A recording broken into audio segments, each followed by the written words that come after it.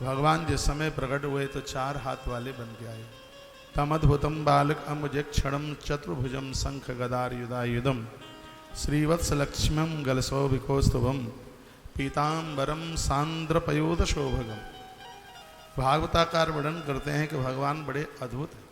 तम अद्भुतम, बहुत ध्यान से सुनिए, आपका ध्यान इधर होना चाहिए। कृष्ण को साधारण बच्चों की तरह मत समझिए, यह अद्भुत है। अद्भुत इसलिए है, संसार के बच्चों का जन्म होता है तो उनकी देह पर वस्त्र नहीं होता, लेकिन भगवान प्रकट होते हैं तो उनकी देह के ऊपर वस्त्र होता है।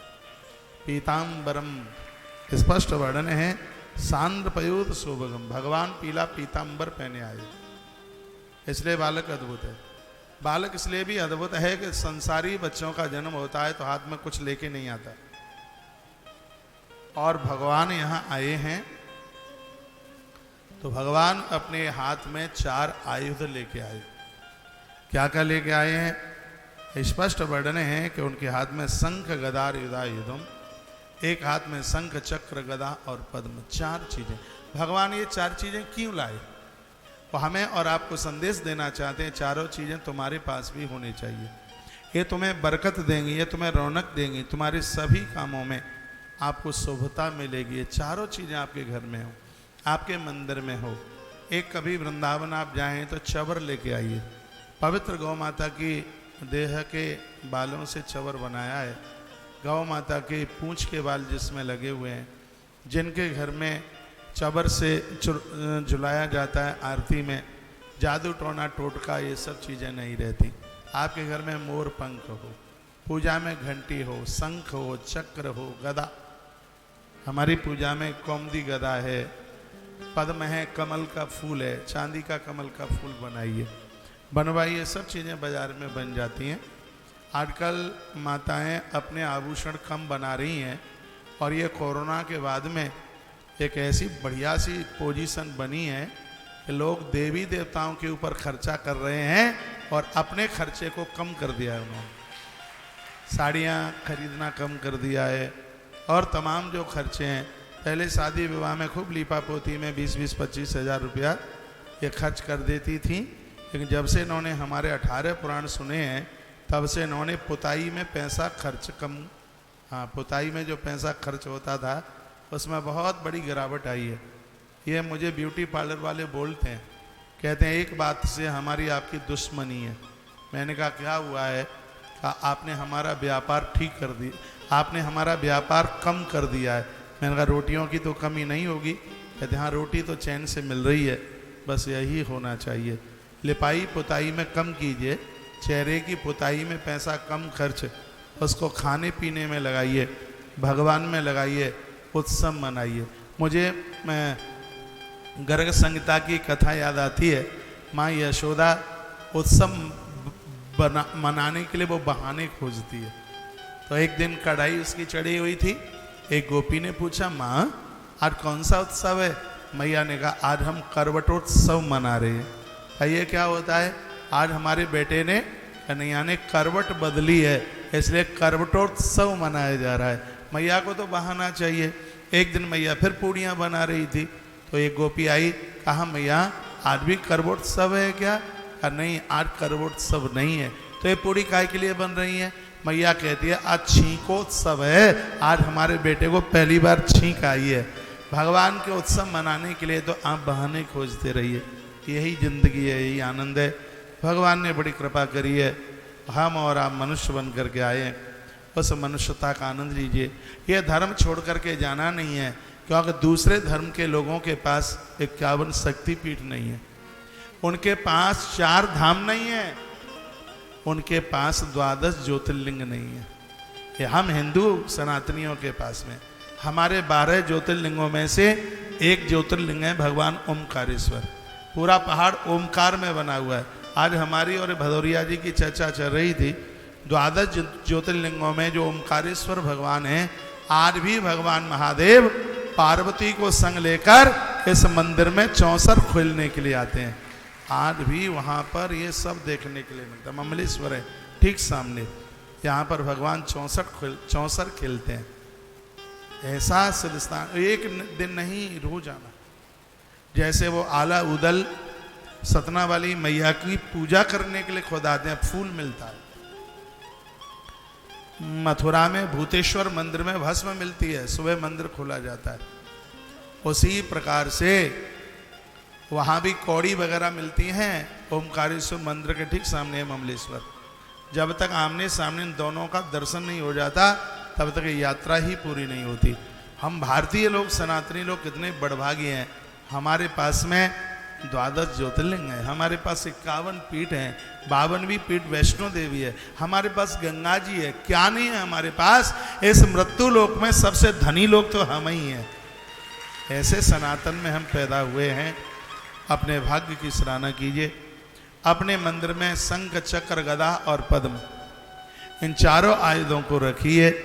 शंख का वर्णन ऋग्वेद में है, कहा गया समखे यशसा शंख, जिसकी पोल में कल्याण छिपा हुआ है। इसकी पोल इतनी प्रभावशाली है। शंख की पोल में गंगाजल भर दो और तुतले गूंगे बच्चों को वो गंगाजल पिला दो तो उनकी वाणी खुल जाती है, उनकी वाणी सिद्ध हो जाती है। यह शंख का प्रभाव है। शंख का जल आरती के बाद देह के ऊपर पड़ जाए। हमारे मध्य में श्री सुंदरलाल जी बंसल, जो कि पानीपत से आना हुआ है, आपका आइए, रेस्पेक्ट यू, आपका बहुत सम्मान स्वागत। कई आयोजनों के आप आयोजक रहे हैं, उन्हें बैठने को व्यवस्थित कर दीजिए, जगह दे दीजिए। और आपके साथ में आइए, आइए इधर आ जाइए। एक बार जयकारा लगाइए, बोलो बांके बिहारी लाल की जय हो।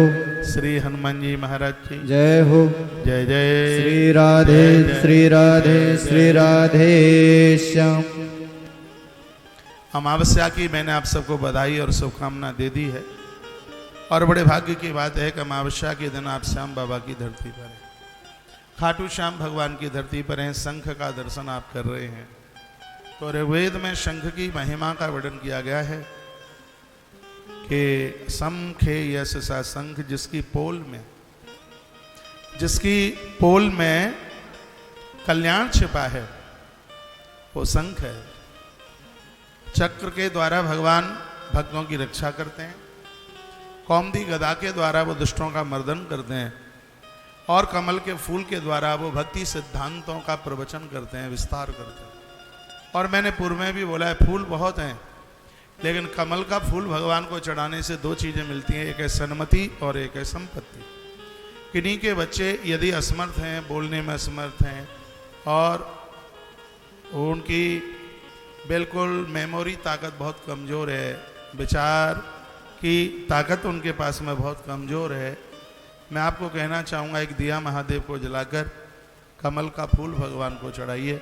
कमल का फूल एक ऐसा पुष्प है जो सन्मति और संपत्ति, ये दोनों चीज़ों को देता है। आपको पता होगा, मैंने पूर्व में बोला होगा, कभी भी अग्नि में सीधे फूल नहीं डाला जाता, इससे माँ लक्ष्मी का घोर अपमान है। पुष्पांजलि में भी वैसे भी कभी आग में फूल नहीं डाला जाता। हाँ, वही पुष्प यदि घी में लपेट करके डाला जाए अग्नि में, तो वो संपत्ति कारक बन जाता है, वो श्री कारक बन जाता है। तो भगवान श्री जब धरती पर आके प्रकट हुए तो लिखा है, तमद्भुतम बालक अमुजक्षणम चतुर्भुजम शंख गदार युधायुधम श्रीवत्स लक्ष्मण गलशोभ कौस्तुभम पीताम्बरम सांद्र पयोध शोभगम। मैं निवेदन करना चाहूँगा, जिनके मंदिर में चारों आयुध पूजते हैं उनको हर नित्य नंद महोत्सव की कथा सुनने का सौभाग्य प्राप्त होता है। उन्हें श्री कृष्ण जन्म महोत्सव की कथा सुनने का सौभाग्य प्राप्त होता है। पूरी दुनिया भर में मुझे सुना जा रहा है। मैं आप सबको कहना चाहूँगा, आप अपने घर में चारों आयुधों को रखिए, शंख रखिए, चक्र रखिए, गदा पद्म रखिए। आप भगवान को हर गुरुवार के दिन पीली पोशाक पहनाइए। हम ऐसा ही करते हैं। आज गुरुवार है, बनावटी बात नहीं है, इसलिए तो हमारे श्रीमान जी पीली पोशाक पहने हुए हैं।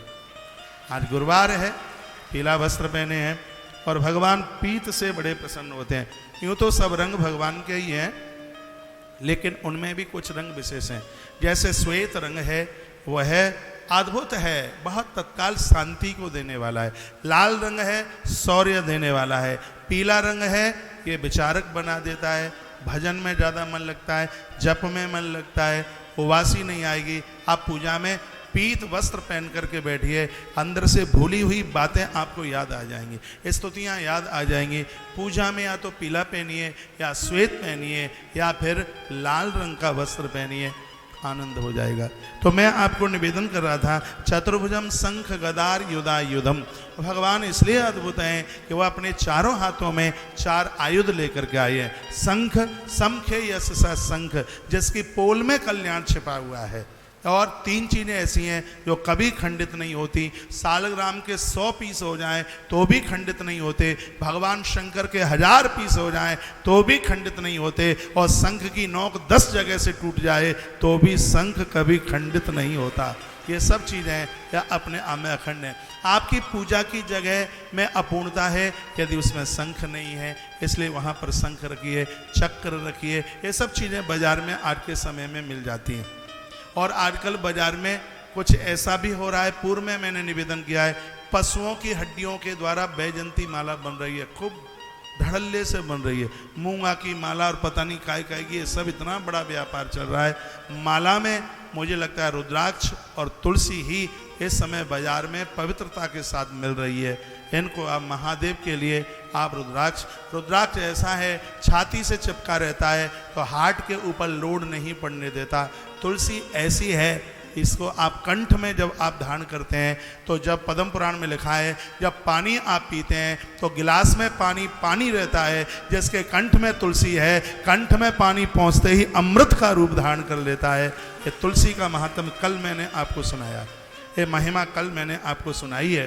तो हम परम सनातनी हैं और भगवान के परम भक्त हैं, तो छोटी छोटी बातें हमारे जीवन में अलग जगह देती हैं, आनंद कर देती हैं। श्री वत्स लक्ष्मण गल शोभित कौस्तुभम, भगवान को रोजाना वनमाला पहनाइए, बैजंती माला पहनाइए। वनमाला कहते हैं तुलसी को। तुलसी 2 प्रकार की होती है, एक रामा तुलसी होती है, एक श्यामा तुलसी भी होती है। और जो पूजा में जो प्राय जिस तुलसी को हम प्रयोग में लेते हैं, ये काष्ठ की तुलसी भी बड़ी प्रभावशाली है और ये पत्तों की तुलसी भी बहुत बड़ी प्रभावशाली है। कभी हफ्ते में एक बार तुलसी के पत्तों की माला पहनाइए और भगवान को वो पहनाइए। प्योर बनमाला इसका नाम लिया गया है, बनमाला। वैसे बताया जाता है इंसान के लिए काष्ठ की तुलसी और भगवान के लिए पत्तों की तुलसी बहुत ज़्यादा प्रभावशाली है। तो आपसे रोज बन सके तो आप रोज कीजिए। माला नहीं पहना सकते हैं तो तुलसी पत्र तो आप भगवान को चढ़ा ही सकते हैं। बद्रीनाथ भगवान की हर रोज पूजा वनमाला तुलसी पत्रों के द्वारा, तुलसी के पत्तों से भगवान की पूजा होती है। गलशोभ कौस्तुभम, भगवान कौस्तुभ मणि अपने कंठ में पहन करके आए, कल आप सुन रहे थे। बालक इसलिए अद्भुत है क्योंकि पीताम्बरम, दुनिया के बच्चों का जन्म होता है तो देह पर वस्त्र नहीं होता, और भगवान आकर के प्रकट होते हैं तो भगवान की देह के ऊपर पीला पीताम्बर था। इसलिए भगवान सुखदेव कहते हैं कि बालक अपने आप में बड़ा अद्भुत है। माता देवकी ने देखा और वसुदेव जी महाराज ने भगवान की स्तुति करी, मैया देवकी ने भी भगवान की स्तुति करी। कई श्लोकों में तो वसुदेव जी ने स्तुति की है। कहा है कि विदितोऽसि भवान साक्षात् पुरुषे प्रकृति पर केवलानुभवानंद स्वरूप सर्वबुद्धि धृक। आपके घर में यदि श्रीमद् भागवत जी है तो भागवत जी का 10वें स्कंद अध्याय नंबर 3 और श्लोक नंबर 13 से लेकर के 22 तक वसुदेव जी ने जो भगवान की स्तुति की है उसका वर्णन है भागवत जी में। जो इस स्तुति का पाठ करते हैं तो भगवान किसी न किसी रूप से अपने भक्त के घर में चल करके आ जाते हैं।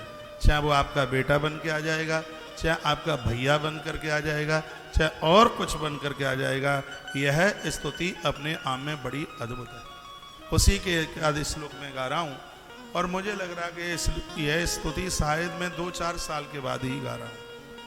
मुझे ध्यान है कि 2019 में हमने रामेश्वरम में भागवत की कथा करी, तब मैंने श्लोक नंबर 13 से लेके 22 नंबर के श्लोक तक इसका मैंने व्याख्यान वहाँ किया था रामेश्वरम में।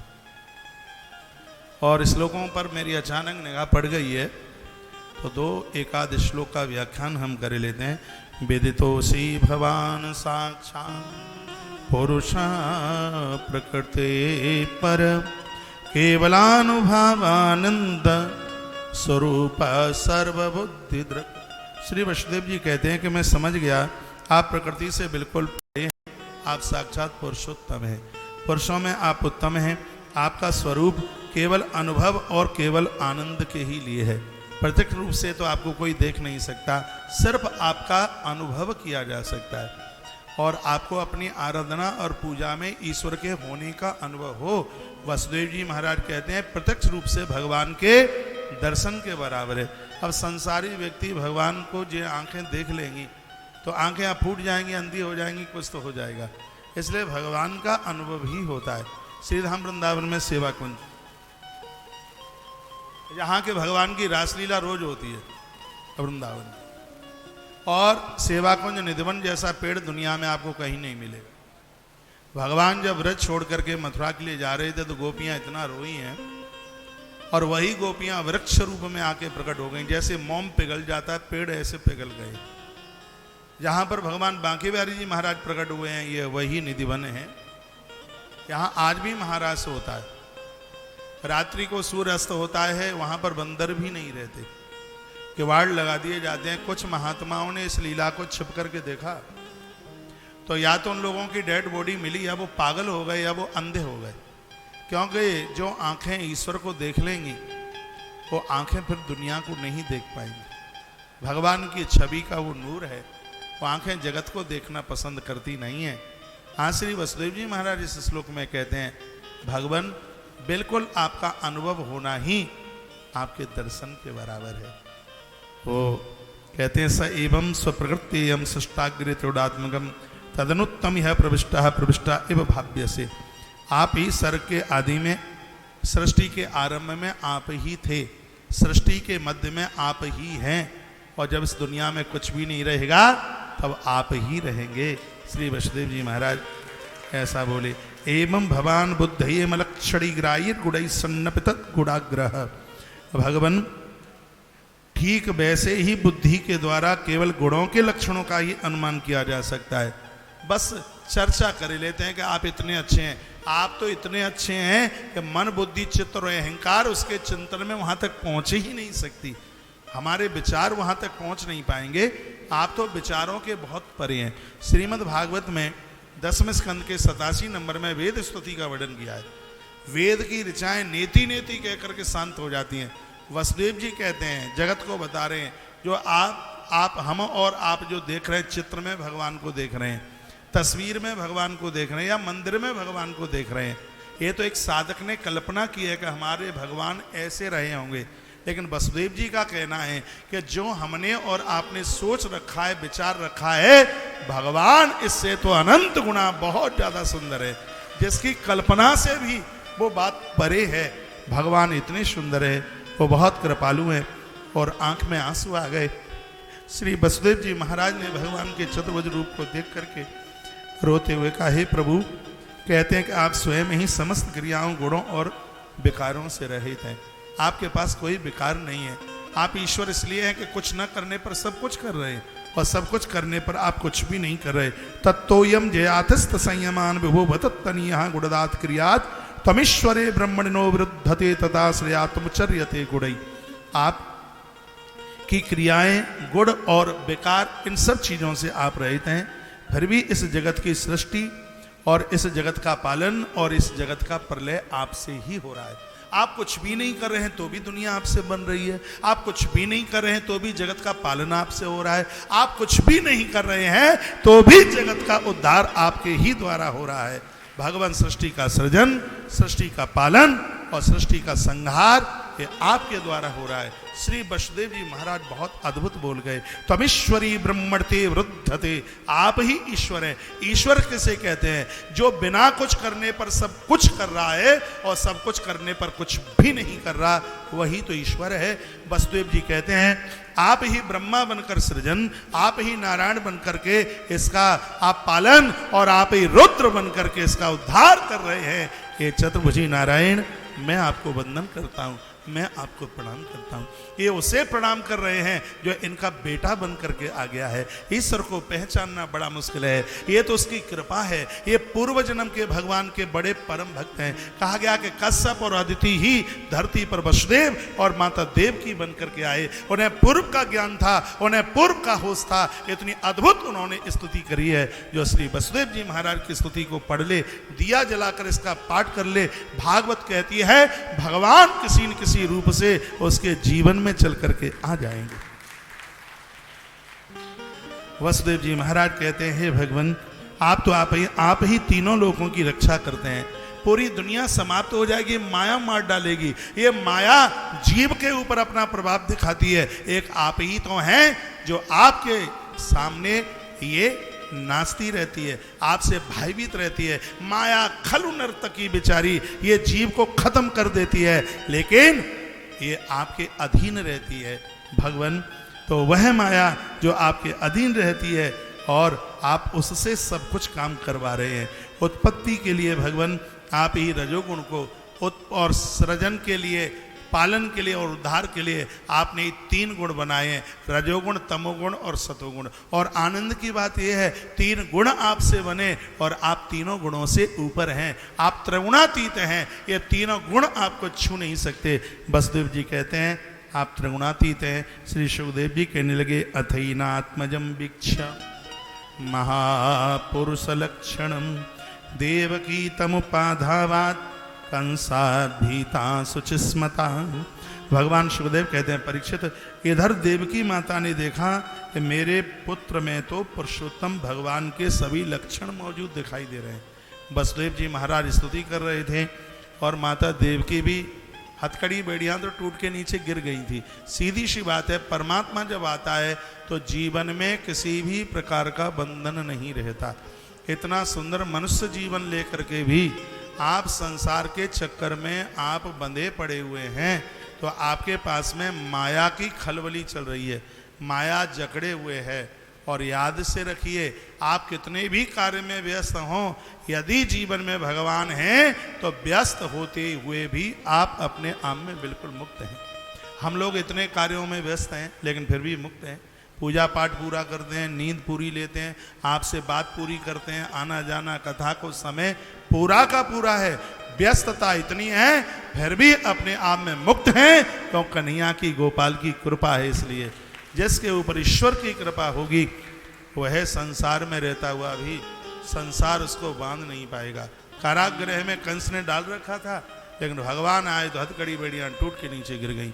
सीधा सा सिद्धांत है, जिंदगी में भगवान होगा तो व्यक्ति मुक्त होगा, और जीवन में माया होगी तो व्यक्ति बंधा हुआ होगा। घर गृहस्थी के काम कीजिए, कौन कहता है ना करो। आपसे ज्यादा तो जनक महाराज व्यस्त थे, पूरा उनका राजपाट चलता है। महाराज जनक की कथा बड़ी अद्भुत है। सुखदेव जी महाराज के गुरु हैं। सुखदेव जी को उनके पिताजी ने, देवी भागवत में कथा आती है, कह दिया जाओ कुछ ज्ञान लेकर के आओ। ज्ञान में ही आदमी बनता है, प्रखर होता है। 3 दिन तक उंगली के ऊपर कटोरा रखे रहे थे पानी का, उंगली के ऊपर।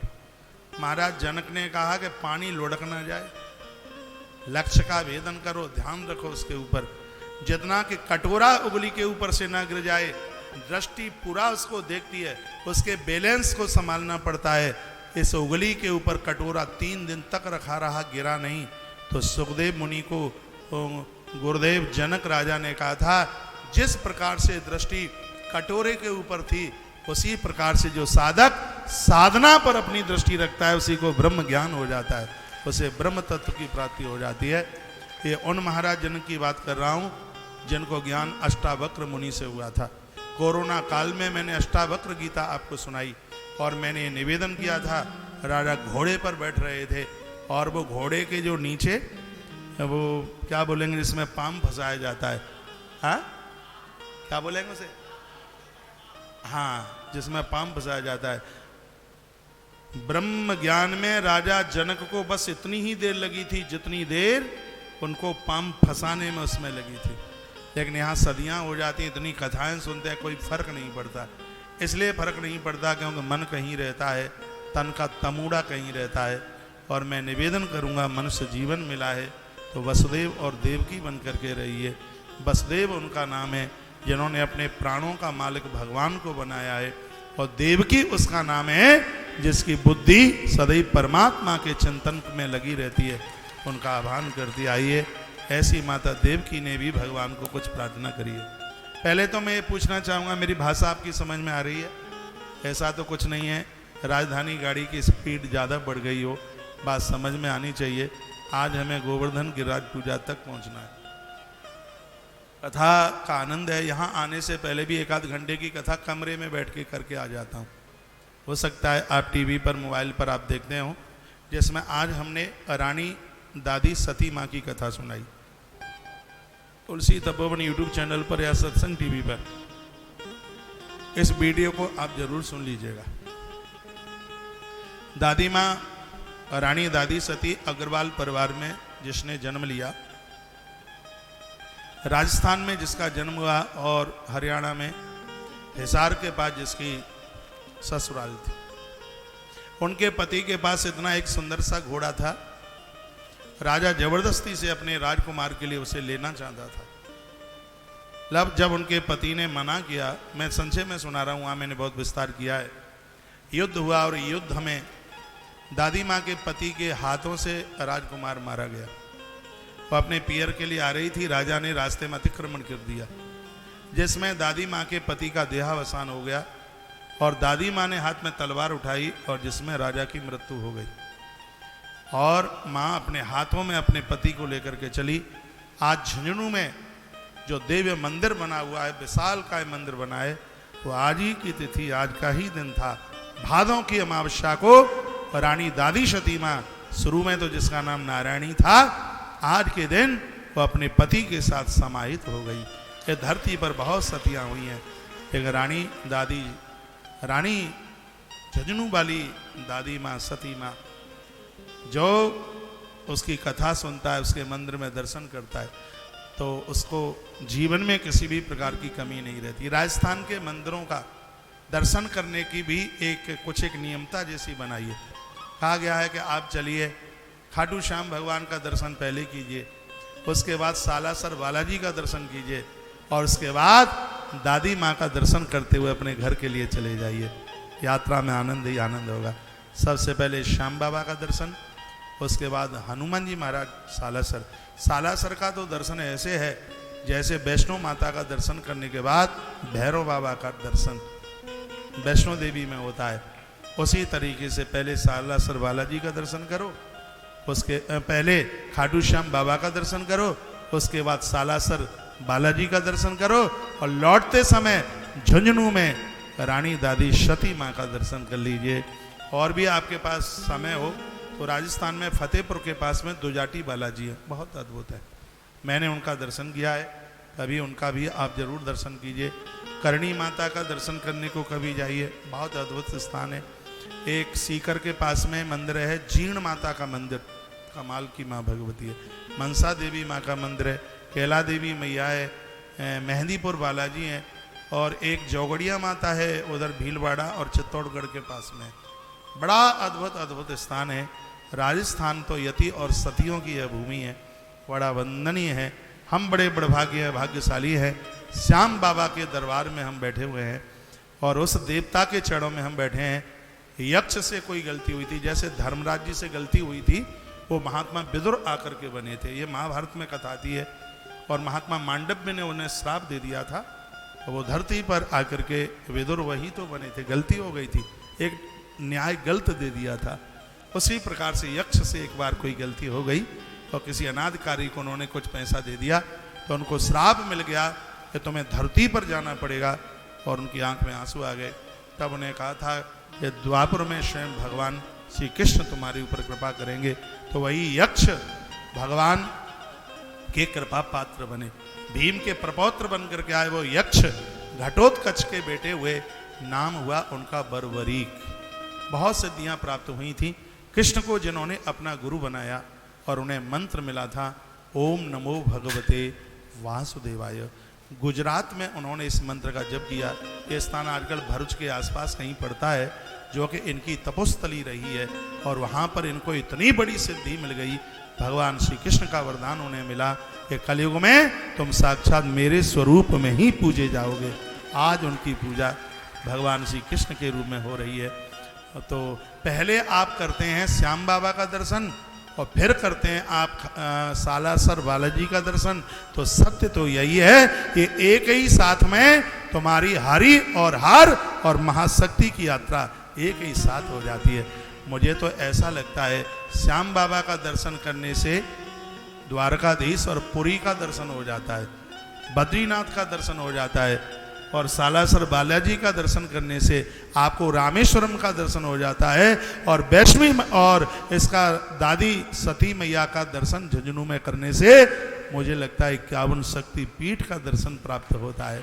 तो ऐसा अद्भुत यह है दर्शन। आप आए हैं, आपके पास टाइम हो तो अपने दर्शन की प्रक्रिया इसी प्रकार से बना लीजिए। एक बार जयकारा लगाइए, बोलो भक्त वत्सल भगवान की जय हो, श्री हनुमंत बलवंत महाराज की जय हो। आइए माता देवकी ने कैसे भगवान की स्तुति करी। माँ कहती है रूपम यदत्त प्रहार भक्तमाभ्यम ब्रह्म ज्योति निर्गुणम निर्विकारम। माता ने कहा प्रभु वेदों ने आपके जिस रूप अव्यक्त और सबका कारण बतलाया है, जो ब्रह्म ज्योतिष स्वरूप समस्त गुणों से रहित और विकारहीन है, भगवान मैंने आज आपको समझ लिया है। आप हे परमात्मा आप वही हैं। मैया कहती योयम कालस्तस्ते व्यक्त बंधो चेष्टा महावचिष्टते येन विश्वम निमिस्तमर्थमरात्मदीयास्तम त्वेषानम क्षेमधाय प्रपद्ये। प्रकृति के एकमात्र सहायक प्रभु आप हैं। धरती आपसे बनी, पहाड़ आपसे बने, नदियाँ आपसे बनी, पत्थर पाषाण सब कुछ आपसे बना है। जैसे कोई आभूषण के लिए सोने का होना जरूरी है, उसी प्रकार से संसार को बनाने में परमात्मा आपका होना बहुत ज़्यादा जरूरी है। आप सर्व लीला कर रहे हैं, आप सर्वशक्तिमान हैं और आप परम कल्याण के आश्रय हैं। माता देवकी कहती है जो आपका आश्रय नहीं लेगा सृष्टि में उसका कभी कल्याण हो ही नहीं सकता। तम तेसानम क्षेमदाय प्रपद्ये। संसार में जीव का कल्याण आपसे ही होता है।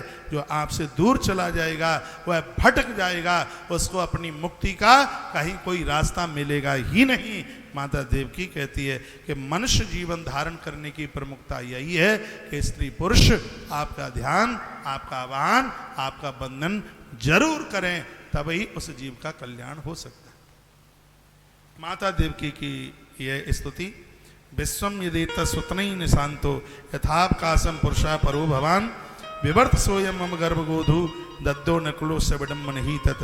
प्रलय के समय आप संपूर्ण विश्व को अपने शरीर में वैसे ही समाहित कर देते हैं जैसे कोई मनुष्य अपने शरीर में रहने वाले छिद्र रूप आकाश को, जैसे देखो कैसी बात कही है। जब सृष्टि का प्रलय होता है तो आप पूरी दुनिया को ऐसे छिपा लेते हो जैसे किसी मनुष्य में कोई दुर्गुण हो और उसको वो छिपाने का काम करता है। जैसे मनुष्य अपने दुर्गुणों को छिपाता है, शराब पी करके भी किसी को पता नहीं लगने देता कि मैंने शराब पी है। कुछ गलत करने के बाद भी ये एहसास किसी दूसरे को नहीं होने देता कि मैंने ऐसा कुछ गलत किया है। जैसे संसारी एक व्यक्ति अपने दुर्गुणों को छिपाने का काम करता है, सृष्टि के समय भी इस दुनिया को प्रलय के समय में आप ऐसे ही छिपा लेते हैं। भगवान आपकी जय हो। मैया ने भगवान की स्तुति करी, तब भगवान क्या बोले सुनिए। आप जो मंदिर में भगवान की स्तुति करते हैं हम समझ नहीं पाते, भगवान हमसे बोलता है, भगवान हमसे बात करता है। प्रमाण है सीता मैया ने स्तुति करी। त्रेता की कथा गोस्वामी जी ने रामायण में लिखी है। उन्होंने मैया भगवती की स्तुति करी। जय जय गिरवर राज किशोरी, जय महिष मुख चंद चकोरी, जय गज बदन सड़ानन माता। तो ये सब स्तुति करी तो मंदिर में माँ बोली। वो तो मैया तो बहुत धार्मिक है, सीता माई ने माँ की आवाज़ सुन ली। और यदि कहीं वो जीवन हमें मिल जाए, इतनी तपस्या हमारे और आपके पास हो, तो जब हम स्तुति करते हैं तो मंदिर में जो भगवान बोलता है यदि उतना तप हमारे पास हो तो भगवान की आवाज़ को हम भी सुन लें। मंदिर में भगवान बोलता है। मैया बोली जानकी के सामने, सुनि सिया सात आशीष हमारी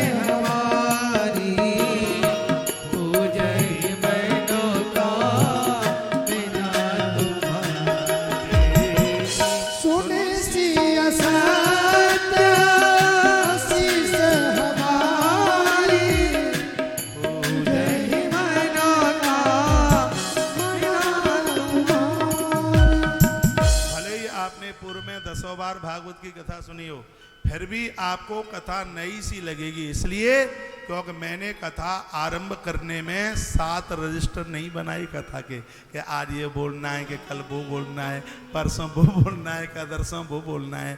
मैंने कथा के लिए कोई रजिस्टर नहीं बनाए, बस अध्ययन किया है। और ना मैं कॉपी रख करके कथा कह सकता, रजिस्टर रख करके मुझसे कथा नहीं होगी, क्योंकि कथा एक भावात्मक शैली है। कथा भाव में उतरती है, कथा श्रद्धा में और भावना में उतरती है, और जब कथा भावना में उतरती है तो कथा भक्तों के दिल और दिमाग में जाकर जगह प्राप्त कर देती है। तो जब हम मंदिर में जाते हैं और हम भगवान की स्तुति करते हैं तो मंदिर का भगवान हमसे बात करता है। सीता माई ने स्तुति करी तो प्रतिमा बोल उठी। उस ये चौपाई में गोस्वामी जी वर्णन करते, नीचे एक छंद और लिखा है, मन जाहि राछ मिलई सोबर सहज सुंदर साभरो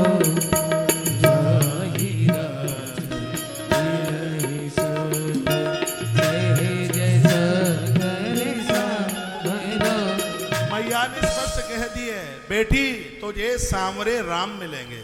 और मैया का बामांग फड़कने लगा। ऐसा बताते हैं कि माताओं का बायां अंग फड़कता है तो शुभ होता है, पुरुषों का दाहिना अंग फड़कता है तो शुभ होता है। अब मिलता क्या ये तो मुझे पता नहीं है, पर शुभ जरूर होता है। एक आधा मिनट फड़के तो ही शुभ है। और यदि जिनके घंटों घंटों भर तक भड़कते ही रहते हैं तो या तो ब्लड प्रेशर नीचे चला गया या ऊपर चला गया है, रक्त विकार भी हो सकता है। तो थोड़ा उसका ट्रीटमेंट भी करवा लीजिए। फिर आप कहें हम तो खाटू में महाराज को सुन के आए थे, अंग फड़ कर आए तो वो तो सुबह ही वो एक आधा मिनट फड़के तो वो बिल्कुल शुभ होता है। तो माता देवकी ने जब स्तुति करी तब भगवान बोल उठे और क्या कहने लगे, तमेव पूर्व सर्वेव प्रश्नि स्वायंभु सती तदाहम सुतपा नाम प्रजापत्र कलमसा। का पूर्व में तुम प्रश्नि और सुतपा बन करके मैंने तुम्हें वरदान दिया था तुम्हारा बेटा बनने के लिए, और उससे भी पहले